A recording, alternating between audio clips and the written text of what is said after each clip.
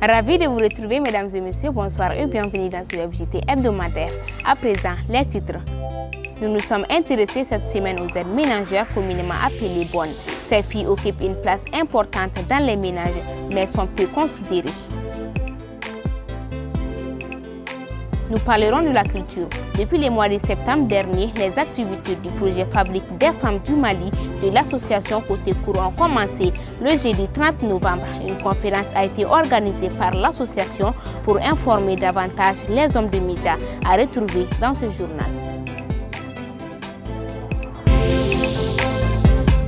Mesdames et messieurs, encore une fois de plus, bienvenue. Comme annoncé dans les titres, dans notre société, les aides ménagères sont celles qui s'occupent généralement des travaux domestiques dans les familles.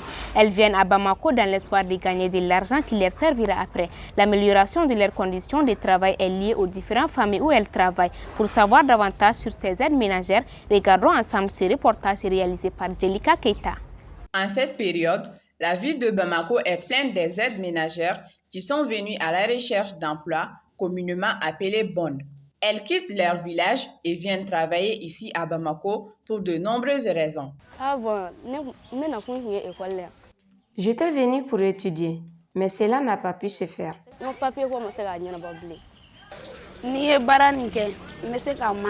C'est la pauvreté qui m'a motivée à faire ce travail.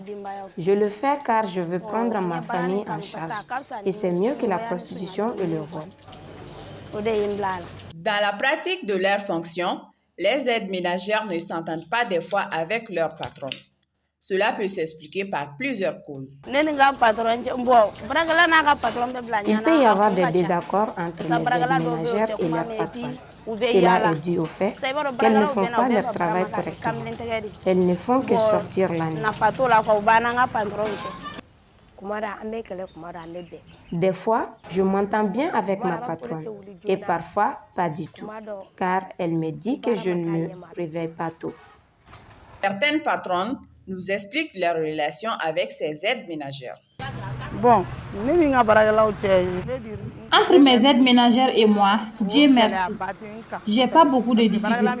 Mais parfois, le problème est qu'elles ne m'obéissent pas souvent. Elles font ce qu'elles veulent.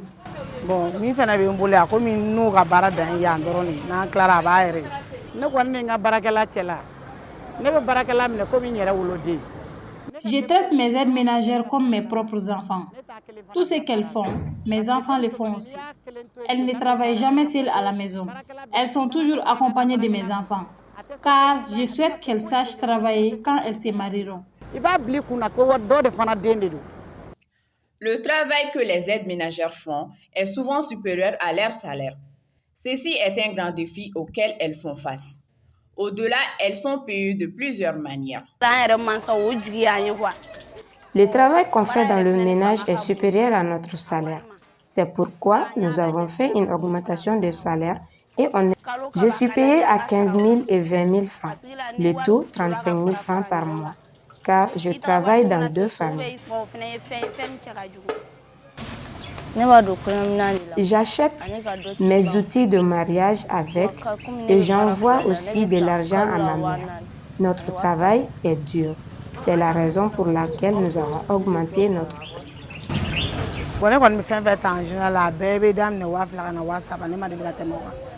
En général, c'est elles-mêmes qui fixent leur prix en toute indépendance. Celles qui travaillent pour moi sont payées de 10 000 à 15 000 et je les paye à la fin de chaque mois. Mes premières aides ménagères étaient payées à 5 000 francs, mais celle que j'ai actuellement est payée à 12 500. Les aides ménagères traversent souvent beaucoup de difficultés dans notre société, particulièrement dans nos familles. Nous devons veiller à ce qu'elles soient mieux traitées, car elles sont aussi les enfants d'autrui et ont le même droit que les autres personnes. Nous venons à peine de commencer le mois de décembre et depuis, les préparatifs de la fête du 31 ont commencé. Plusieurs personnes ont montré leur engouement face à la célébration de ce jour. Même si ça nous reste encore plusieurs semaines, Nana Karidja Kone a fait le tour de la ville. Regardons ensemble son reportage pour plus de détails sur le déroulement des préparatifs du Saint-Sylvestre.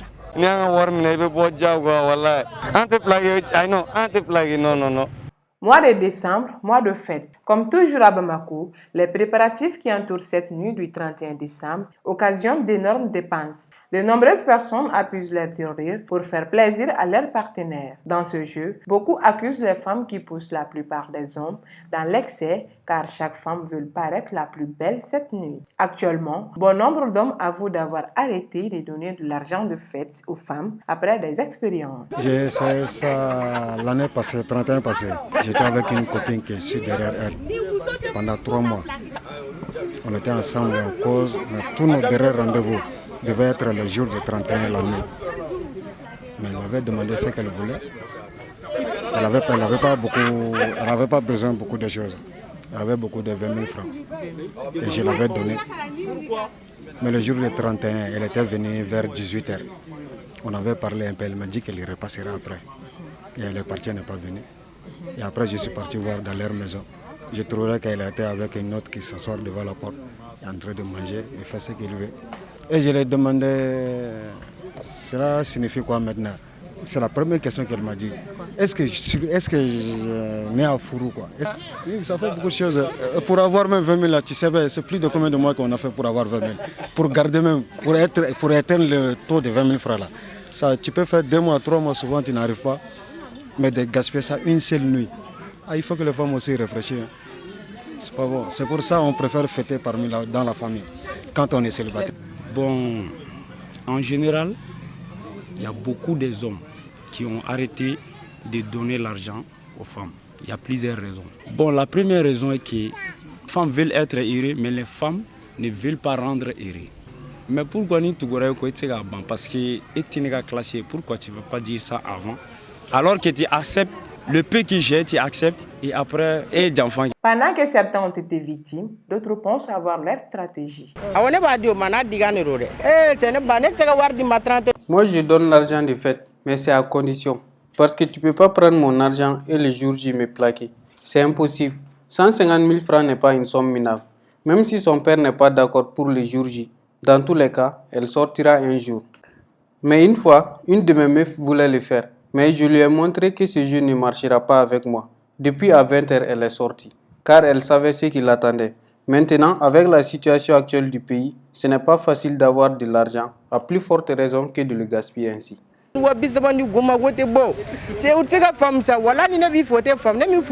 Passer la réveillon avec son amoureux peut-il dépendre d'argent ou d'amour? Chaque femme a sa manière de voir les choses. Il faut minimum un petit 150 000. Pour sortir avec un homme le jour du 31 décembre, il me faut un petit 150 000 francs CFA. Déjà l'habillement, les chaussures, faire la tête et ensuite l'entretien du corps. Je veux juste dire que pour sortir avec une femme, il faut y avoir des moyens. Maintenant, les temps sont durs et les femmes ignorent souvent comment ils font pour avoir de l'argent. Donc, si tu as été son choix pour cette nuit, tu dois au moins l'honorer en faisant acte de présence. Mais les filles qui le font doivent avoir leur stratégie.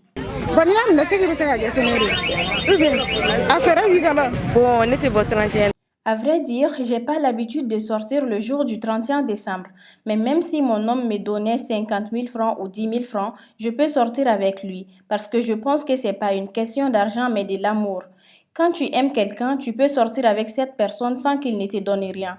Je conseille aux filles qui prennent l'argent des hommes et leur plaquer le jour du 31 décembre d'arrêter parce que tous les hommes n'acceptent pas cela.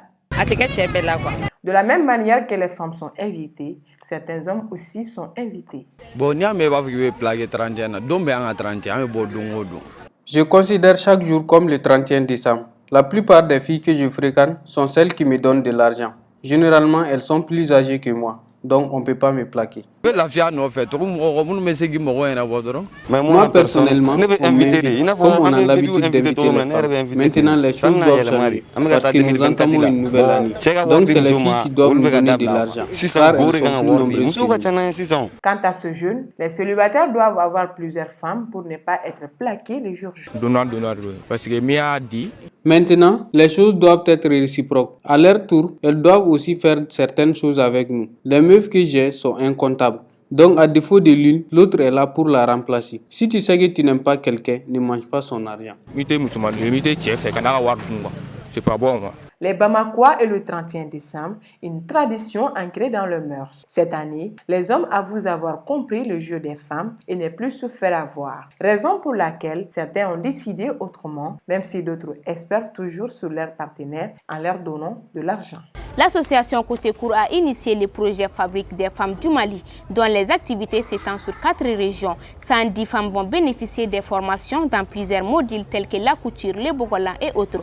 Pour édifier davantage les journalistes sur les projets, une conférence de presse a été organisée le jeudi 30 novembre. L'équipe de Actuel Média était présente. Abdoulaye Meiga pour plus de détails.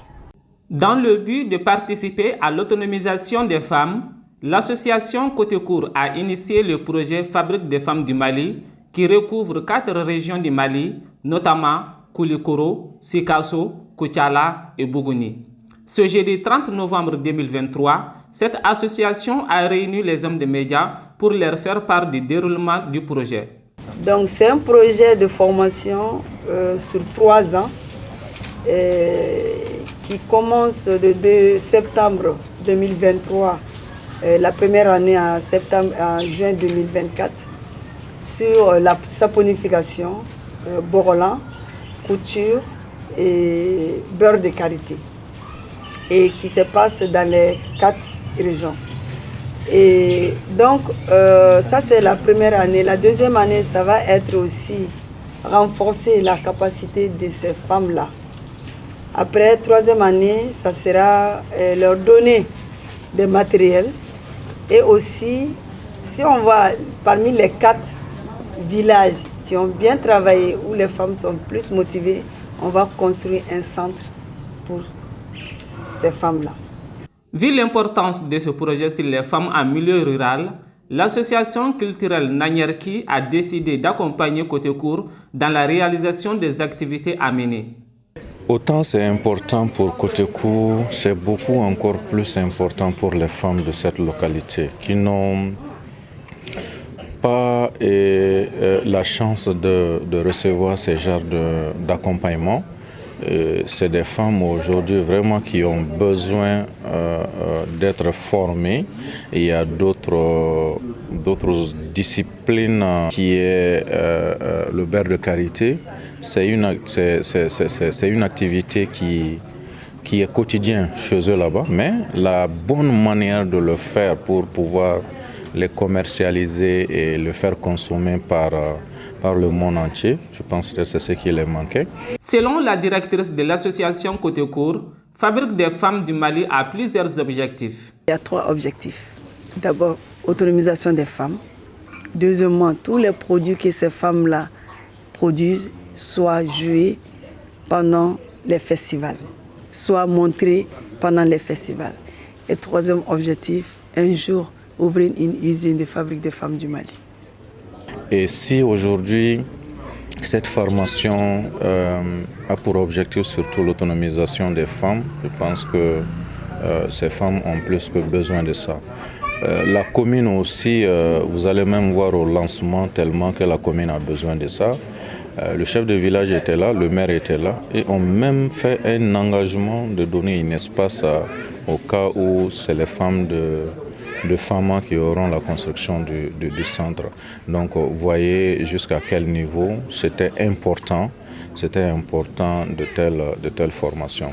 110 femmes dans les différentes régions choisies par le projet Fabrique des femmes du Mali vont bénéficier de formations et seront aussi accompagnées durant et après les 3 années du projet. L'art de la teinture artisanale a traversé les frontières générationnelles, pratiqué au Mali ainsi que dans plusieurs pays africains de la sous-région. Le métier de la teinture artisanale se voit de nos jours menacé par la concurrence rude des bassins en couleurs importées.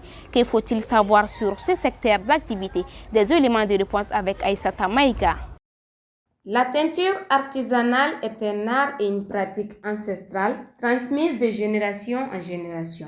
Elle consiste à tremper le basin blanc dans une décoction de couleurs en vue d'obtenir une texture résistante et uniforme grâce à plusieurs bains de teinture successifs. Nous faisons la teinture artisanale. On pratiquait ce métier avec notre mère. Nous l'avons hérité d'elle. Je l'ai fait avec mes aînés, mes petites sœurs et même mes petits frères le font. On achète les couleurs du gala. Par exemple, pour obtenir une belle couleur rouge, on utilise 3 couleurs en mettant un peu du rouge, de l'écarlate et du rubis. Il existe plusieurs motifs de bazin obtenus à travers une disposition de nœud ou à travers la couture à la main.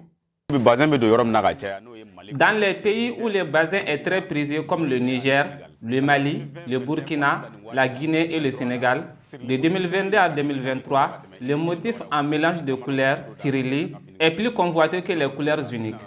Dans la plupart des cas, les clients amènent leurs modèles et s'ils n'en ont pas, on leur en propose dans le cas contraire lorsque la personne vient étant dans l'embarras des choix et dit qu'elle a un mariage, un baptême ou un événement, on crée pour lui un modèle et on lui dit la couleur qui va avec. Le prix de la disposition de nœud sans la teinture va de 2 000 à 5 000 francs, voire plus. Comme tout métier et ses difficultés, celui de la teinture artisanale au Mali est entravé par l'afflux de bazins teints industriellement. Il existe aussi une différence remarquable entre les deux types de teinture. Depuis l'arrivée des bazins en couleur importée, le métier de la teinture n'est plus le même. Les gens ont accouru vers ces derniers, or la teinture artisanale est bien mieux. Elle est de qualité et donne de l'éclat au bazin. Mais Dieu merci, les gens commencent à revenir vers la teinture artisanale. Le bazin de 10 000 francs est carrément différent du nôtre. Celui de 10 000 francs commence à perdre son éclat dès qu'on le porte, alors que ce que nous confectionnons à chaque fois qu'on lave ces derniers, en y mettant de l'amidon, il devient encore plus beau, mais cette technique n'est pas recommandée pour certaines couleurs telles que l'indigo. La différence entre le bazin artisanal et industriel se situe également au niveau du prix. Bon, on vend le bazin artisanal et puis le bazin en couleur. Bon, tous les deux marchent, ça dépend. Le bazin artisanal qu'on met à la teinture, là, qu'on trempe, généralement, c'est acheté beaucoup chez les femmes.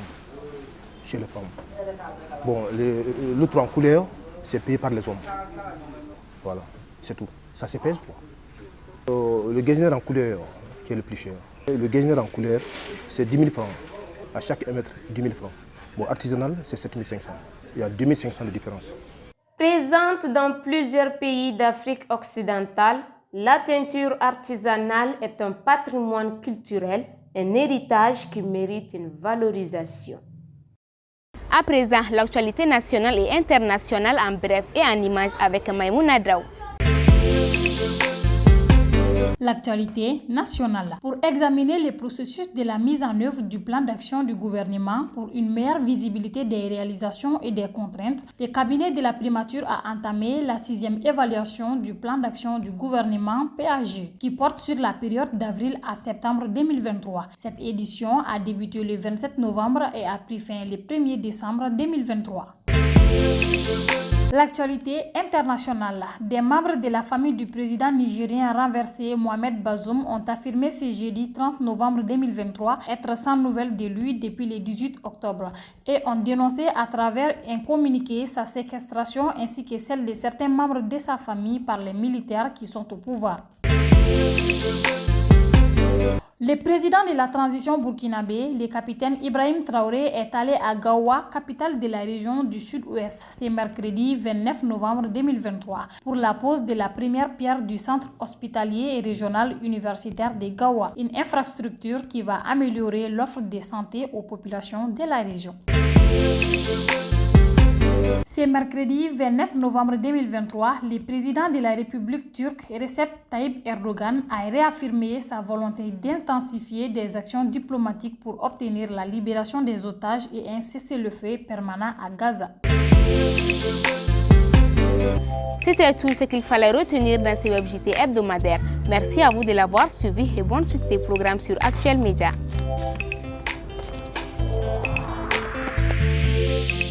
CJT vous a été présenté par ESG, École supérieure de gestion. ESG, École supérieure de gestion, le CNAM INTEC, spécialisé dans la formation des métiers de la comptabilité et de la gestion d'entreprise. Nous sommes à Badialan 2, immeuble ex-cinéma ABC. Parce que nous croyons au grand potentiel humain, parce que nous incarnons la performance, parce que l'autonomisation et le perfectionnement de l'édite constituent notre objectif. Rejoignez-nous, Université Bazo, la performance par excellence. OTS est là pour tous vos besoins en matériel électronique et électroménager. Sistra Technologies est une société de prestation de services et de commerce, évoluant dans le domaine des nouvelles technologies de l'information et de la communication, la fourniture de matériels biomédicaux, la bioinformatique. La prestigieuse Université d'excellence est UTG, première université qui offre la formation robotique et électronique révolutionnée au Mali. Et UTG, 80% de pratique et 20% de théorie. Elle oriente surtout les jeunes vers l'entrepreneuriat, ce qui fait que 70% de ses étudiants deviennent des entrepreneurs.